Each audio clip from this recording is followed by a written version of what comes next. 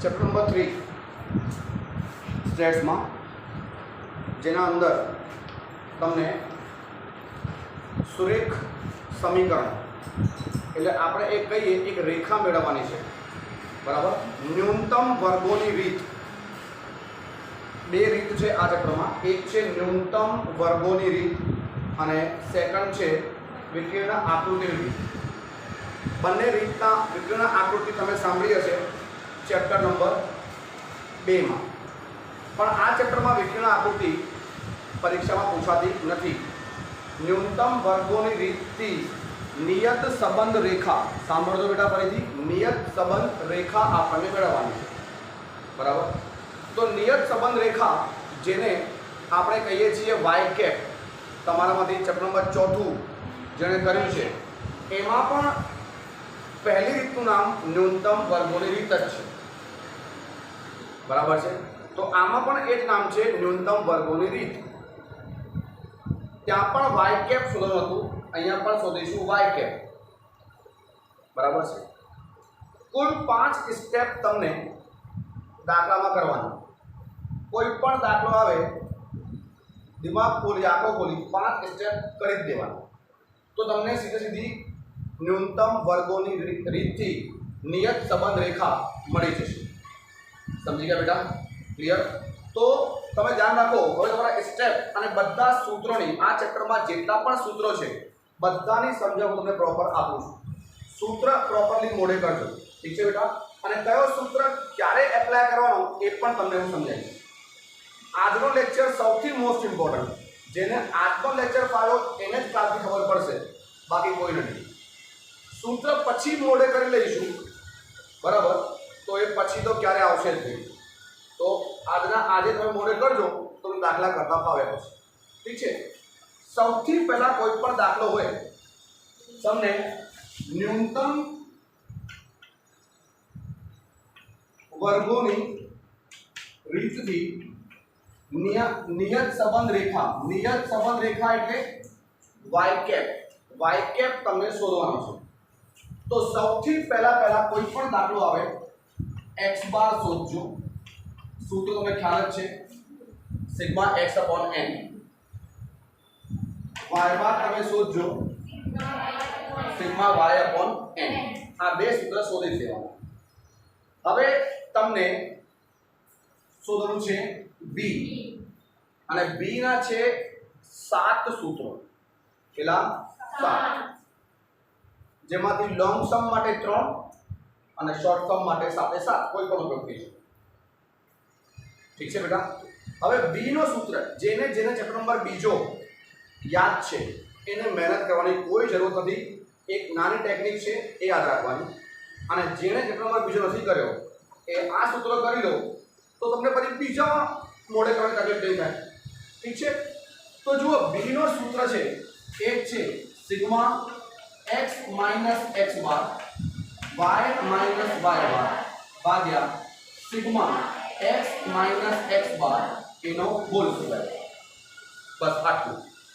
તમને ખ્યાલ છે ચેપ્ટર નંબર 2 માં r સહસંબંધના, એમાં આના ઉપર વર્ગમૂળ છે અને ગુણ્યા આવો જ y નો મૂકવાનો, y માઈનસ y બાર નો હોલ સ્ક્વેર એનો વર્ગમૂળ. જેને નંબર 2 નથી કર્યું એ પણ સમજતા જાઓ. આ સૂત્ર છે x માઈનસ x બાર હોલ સ્ક્વેર, એમાં અંડર રૂટ આવે છે, અને ગુણ્યા y માઈનસ y બાર નો હોલ સ્ક્વેર એમાં પણ અંડર રૂટ આવે છે. એટલે સહસંબંધાંકમાં x અને y બંનેના પદનો ઉપયોગ થાય છે અને બંનેમાં અંડર રૂટ આવે છે. આ ચેપ્ટરમાં એક જ પદ આવશે ભાગાકારમાં, એ છે x વાળો, અને રૂટ નહીં આવે. ક્લિયર?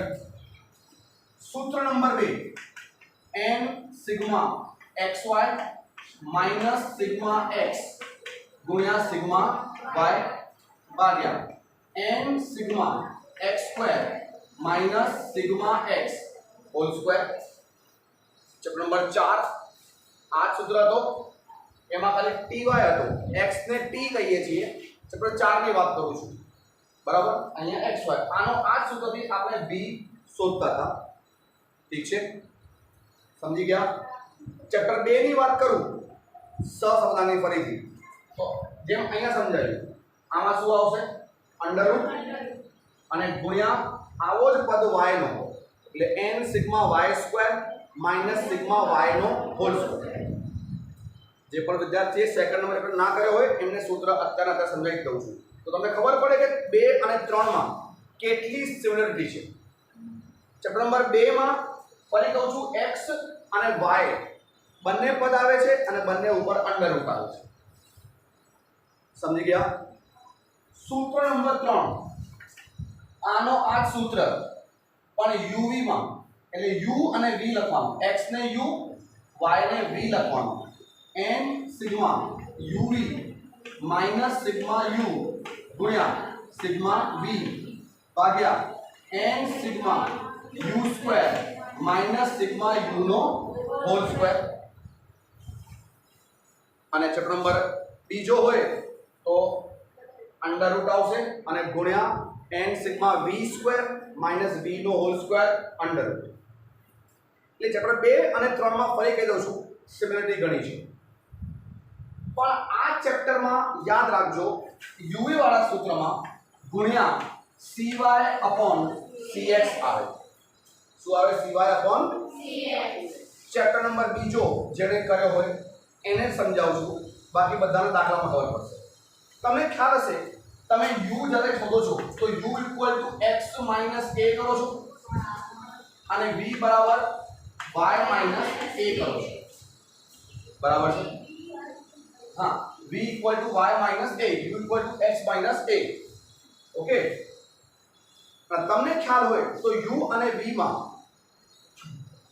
જ્યારે x ના બધી સંખ્યાઓ 10 વડે ભગાતી હોય 5 વડે ભગાતી હોય 100 વડે ભગાતી હોય તો આપણે ભાગીએ પણ છીએ. બરાબર? તો તમે જ્યારે આ u ને જે સંખ્યા વડે ભાગશો એને કહેવાશે cx અને આને તમે ભાગશો તો એને કહેવાશે cy. ધારો કે તમે ન ભાગો, પરીક્ષામાં સંખ્યાઓ એવી છે જે ભાગી શકાય એવી નથી તો આપણે cx cy 1 લઈ લેવાનું. ધારો કે તમે અહીંયા 5 વડે ભાગ્યો, અહીંયા નથી ભાગાકાર તમે તો cx 5 લઈ લો, cy 1 લઈ લો. કાંઈ કોઈ પણ સંખ્યા ભાગી નથી એટલે 1 વડે તો ભગાય જ છે ને. સમજી ગયા? cx cy શું છે બેટા? જે u માં ભાગાકાર કરો એ cx, જે v માં ભાગાકાર કરો એ cy અને ભાગાકાર ન કર્યું હોય તો 1. હવે આ ત્રણ સૂત્ર તમને લોંગ સમ માં ઉપયોગ થશે. લોંગ સમ માં આ ત્રણ માંથી જ કોઈ સૂત્ર એપ્લાય થશે.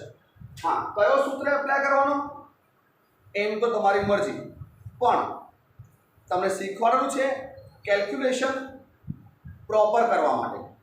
સમજાવી દઉં છું ફરીથી નિયમો સાંભળો. સૌથી પહેલા x બાર અને y બાર શોધવાનો છે. x બાર અને y બાર સંપૂર્ણ પૂર્ણાંકમાં આવે. સંપૂર્ણ પૂર્ણાંક એટલે સંપૂર્ણ સંખ્યા, જેમ કે 57, 64, 8, 10. જ્યારે તમારો x બાર અને y બાર સંપૂર્ણ પૂર્ણાંક સંખ્યામાં આવે તો આ સૂત્ર પહેલો એ રીતથી દાખલો કરશો ને તો સરળતા રહેશે. x બાર અને y બાર તો દરેક દાખલામાં તમારે શોધવાનું જ છે પહેલા, અને આ શોધ્યા પછી જ આપણે રીત નક્કી કરીશું કે કઈ રીત કરીએ. એટલે સમજી લો જેને ચેપ્ટર નંબર બીજો નથી કર્યો. અને ફરી કહીશું આ x બાર y બાર શોધ્યા પછી હવે ફરી કહું છું જ્યારે તમારો x બાર અને y બાર એ લખી દઉં છું x બાર અને y બાર શું હોય બેટા? સંપૂર્ણ પૂર્ણાંક હોય તો આ રીત કરવાનું. ફરી કહું રીત કોઈ પણ કરી શકાય પણ હું સરળતાની વાત કરું છું જેમાં તમારી કેલ્ક્યુલેશન સરળ પડશે. હવે નંબર 2 x બાર અને y બાર પોઈન્ટમાં આવે. બંને કાં તો બંનેમાંથી એક પોઈન્ટમાં આવે ને તો x અને y ની કિંમત જોવાની એ નાની હોય. હવે નાની એટલે કોઈ લિમિટ નથી, 30 40 ના આસપાસ સંખ્યાઓ નાની હોય તો આ xy વાળી રીત કરવાની, અને કિંમતો મોટી હોય તો uv ની કરવાની. x બાર અને y બાર સંપૂર્ણ શું હોય? પૂર્ણાંક. તો કિંમતો કઈ છે, નાની કે મોટી જોવાની જ નહીં, સીધી આ રીત. હું આ ત્રણનું નામકરણ કર્યું છે મેં, બરાબર. આને કહેવાય કૌંસ વડે રીત, ટૂંકમાં વડે કરવા માટે. કઈ રીત? બધા કૌંસો જ છે ને. આને કહેવાય xy વાળી, આને કહેવાય u વાળી. તમે ક્યારે પણ પુનરાવર્તન કરો અને તમને કહું ભાઈ કઈ રીત ઉપયોગ કરશો, તો એક જ વાક્ય કહેવાનું, x બાર y બાર પૂર્ણાંકમાં આવશે ને તો કૌંસ વાળી, જો પોઈન્ટમાં આવશે ને તો કિંમતો નાની હોય તો xy વાળી, મોટી હોય તો u વાળી. હવે આ તમને યાદ રાખવાનું, દાખલામાં વારંવાર નહીં સમજીશ. હા, અમુક સમય એવું હોય છે કિંમતો બહુ મોટી હોય છે, બહુ મોટી એટલે 400 500 કરતાં મોટી, 300 કરતાં મોટી. તો જ્યારે કિંમતો બહુ મોટી હોય ને બેટા, તો તમે x બાર y બાર ચેક કર્યા વગર u જ કરજો. આ બધી વસ્તુઓ ચેપ્ટર નંબર બીજે જે કર્યું છે ને એને આ ખબર જ હશે. તો જેણે નથી કર્યું એ અહીંયા ધ્યાન રાખો, તો બીજામાં આ જ નિયમો છે. મેક્સિમમ સમ સોલ્વ કરશો ને તો તમને બધું યાદ રહી જશે. પણ નિયમો તો સ્ટાર્ટિંગમાં ખ્યાલ હોવી જ જોઈએ. x બાર y બાર શું હોય? પૂર્ણાંકમાં હોય તો આ રીત, પોઈન્ટમાં હોય તો નાની કિંમતમાં આ, મોટીમાં આ.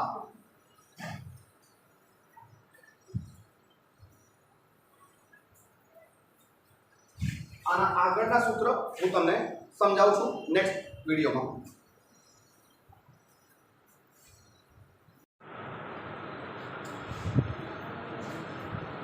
તો આપણે લોંગ સમમાં કયા સૂત્રનો ઉપયોગ થાય છે એની ચર્ચા આપણે કરી રહ્યા છીએ, બરાબર. જેમાં તમને મેં સમજાવ્યું, સૌથી પહેલા x બાર, પછી y બાર, પછી b શોધવાનો, અને મેં તમને સમજાવ્યું કે b નો કયા સૂત્રનો ઉપયોગ કરવાનો છે, બરાબર. હવે ટૂંકા દાખલામાં 4 સૂત્ર બીજા છે, એ ટૂંકા દાખલામાં જ આવશે, એ લોંગ સમમાં નહીં આવે. અને b નો નેક્સ્ટ સૂત્ર છે sxy upon s square x. sxy upon s square x. આ sxy શું છે? sxy ને શું કહેવાય છે? તમે એને યાદ રાખવાનું છે, કારણ કે પરીક્ષામાં sxy લખીને ના આપે. પરીક્ષામાં લખીને આપશે x અને y નું સહવિચરણ. x અને y નું, તો x અને y ના સહવિચરણને sxy કહેવાય છે, એ તમને યાદ રાખવું પડે. sx એટલે x નું વિચરણ અને sy y નું વિચરણ. યાદ રાખવાના નામ બધા. sxy એટલે x અને y નું સહવિચરણ, કારણ કે બંને ભેગા છે x અને y. આ x નું સહવિચરણ, આ y નું સહવિચરણ. સમજી ગયા બધા? તો sxy ભાગ્યા s સ્ક્વેર x. તમે કોઈ પણ સૂત્ર જુઓ, બધામાં નીચે ફક્ત x નું જ પદ છે. જો આમાં x નું હતું, આમાં x નું હતું, આમાં u છે, તો u છે એ x માંથી જ આવે છે, અને આમાં પણ s સ્ક્વેર x છે.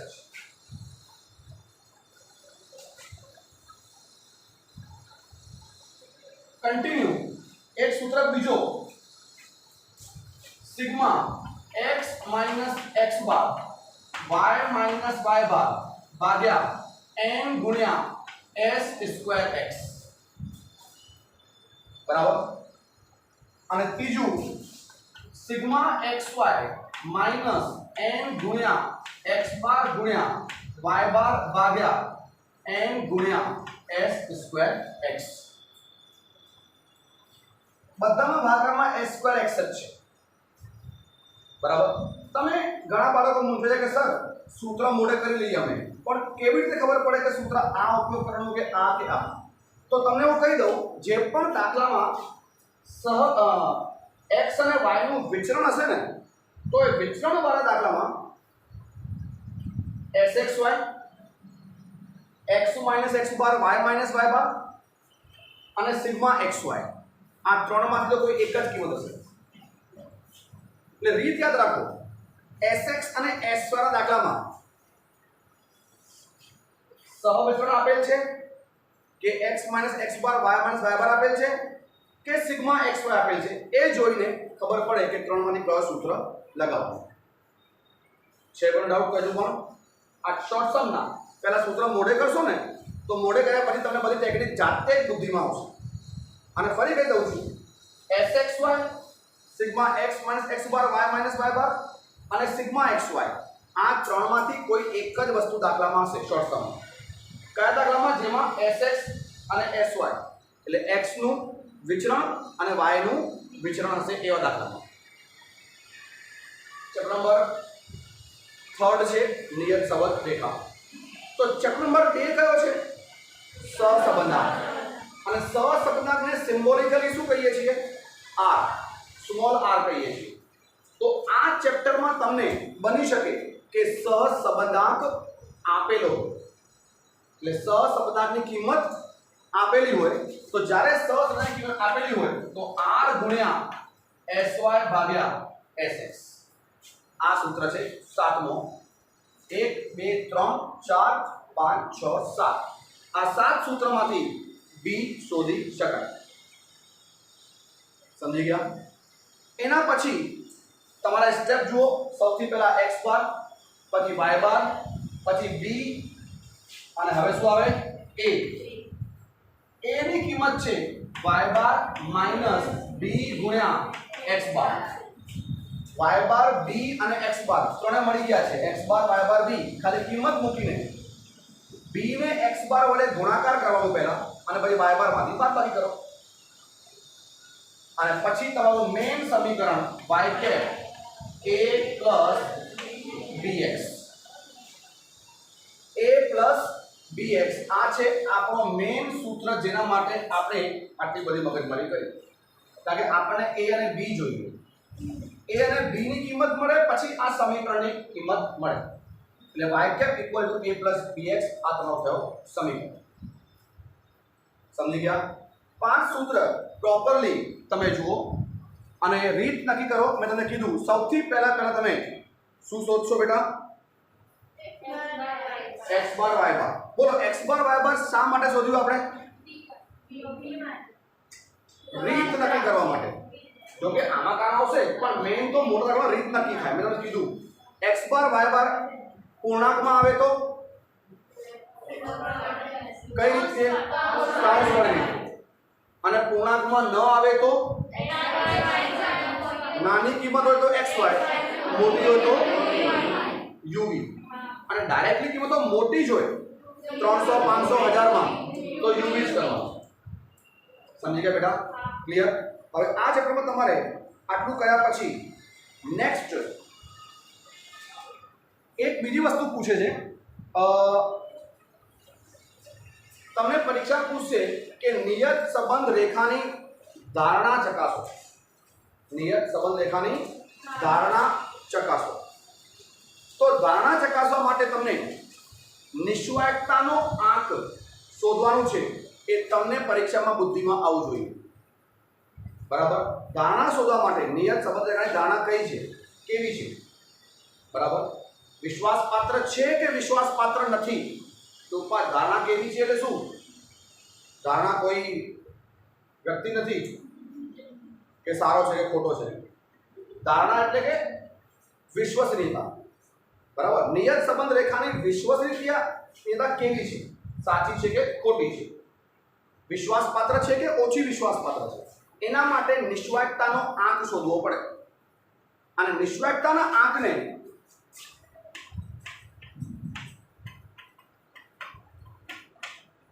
નિશ્ચયતાના આંકને કહેવાય કેપિટલ R સ્ક્વેર.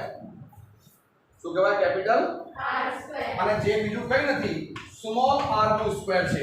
અને સ્મોલ r એટલે ચેપ્ટર નંબર બીજો સહસંબંધાંક. સહસંબંધાંક એટલે r કહેવાય છે. તો આ દાખલામાં આપણે r શોધીશું અને એનો વર્ગ કરી નાખીશું. અને વર્ગ કર્યા પછી આપણે શું મળશે? નિશ્ચયતાનો આંક મળશે. પણ હવે કેવી રીતે ખબર પડે કે ધારણા વિશ્વસનીય છે કે ઓછી વિશ્વસનીય કે નથી? તો યાદ રાખવાનું, જ્યારે આની કિંમત r સ્ક્વેર ની કિંમત 1 ના નજદીક આવે, 1 ના નજદીક એટલે તમે કહી દઉં ટૂંકમાં 0.5 એટલે અડધું. 0.5 કરતા વધારે હોય તો 1 ના નજદીક છે, અને 0.5 કરતા નીચું છે એટલે 0 ની નજીક છે. બે કિંમત છે 1 અને 0. 1 ની નજીક એટલે 0.5 કરતા વધારે, 0 નજીક એટલે કે ઓછી, 0.5 ઓછી. તો 0.5 કરતા વધારે જવાબ આવે ને r² નો તો ધારણા વિશ્વસનીય છે. 0.5 કરતા વધારે આવે અને ઓછું આવે તો ધારણા વિશ્વસનીય નથી. સમજી ગયા મારી વસ્તુને? ખ્યાલ આવી ગયો બધાને? તો આ સૂત્ર તમે પ્રોપરલી પેલા મોડે કરશો બધા ટુ ધ પોઈન્ટ તો તમને ચેપ્ટરનો એકો એક દાખલો ક્લિયરલી ખબર પડશે. કોઈ ડાઉટ છે કોઈને? લખો.